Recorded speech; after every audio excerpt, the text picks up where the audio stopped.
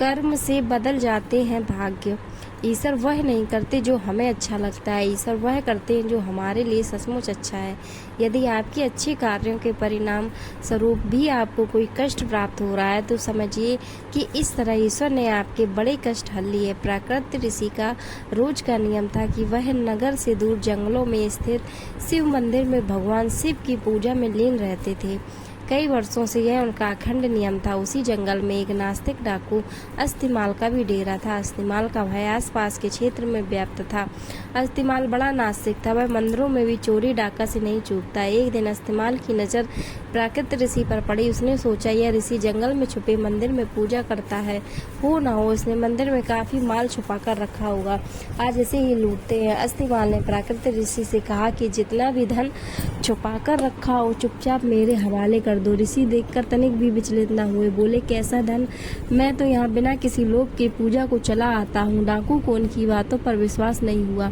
उसने क्रोध में ऋषि प्राकृत को जोर से धक्का मारा। ऋषि ठोकर खाकर शिवलिंग के पास जाकर गिरे और उनका सर फट गया, रक्त की धारा फूट पड़ी। इसी बीच आश्चर्य ये हुआ कि ऋषि प्राकृतिक के गिरने के फलस्वरूप शिवालय की छत से सोने की कुछ मोहरें अस्तिमाल के सामने गिरी। अस्तिमाल अट्टहास करते हुए बोला, तू ऋषि होकर झूठ बोलता है, झूठे ब्राह्मण, तू तो कहता था कि यहाँ कोई धन नहीं, फिर ये सोने के सिक्के कहाँ से गिरे?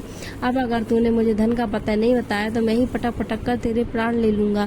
प्राकृत ऋषि करुणा में भरकर दुखी मन से बोले कि हे शिव जी, मैंने पूरा जीवन आपकी सेवा पूजा में समर्पित किया, फिर ये कैसी विपत्ति आन पड़ी? प्रभु मेरी रक्षा करें।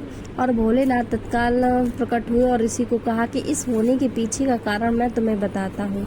यह डाकू पूर्व जन्म में एक ब्राह्मण ही था। इसने कई कल्पों तक मेरी भक्ति की, परंतु इससे प्रदोष के दिन एक भूल हो गई। यह पूरे दिन निराहार रहकर मेरी भक्ति करता रहा। दोपहर में जब इसे प्यास लगी तो यह जल पीने के लिए पास के एक सरोवर तक पहुंचा। संयोग से एक गाय का बछड़ा भी दिन भर का प्यासा वहीं पानी पीने आया। तब इसने उस बछड़े को कोनी मारकर भगा दिया और स्वयं जल पिया। इसी कारण इस जन्म में यह डाकू हुआ। तुम पूर्व जन्म में मछुआरे थे, उसी सरोवर से मछलियां पकड़कर उन्हें बेचकर अपना जीवन यापन करते थे। जब तुमने उस छोटे बछड़े को निर्जल परेशान देखा तो अपने पात्र में उसके लिए थोड़ा जल लेकर आए। उस पुण्य के कारण तुम्हें यह कुल प्राप्त हुआ।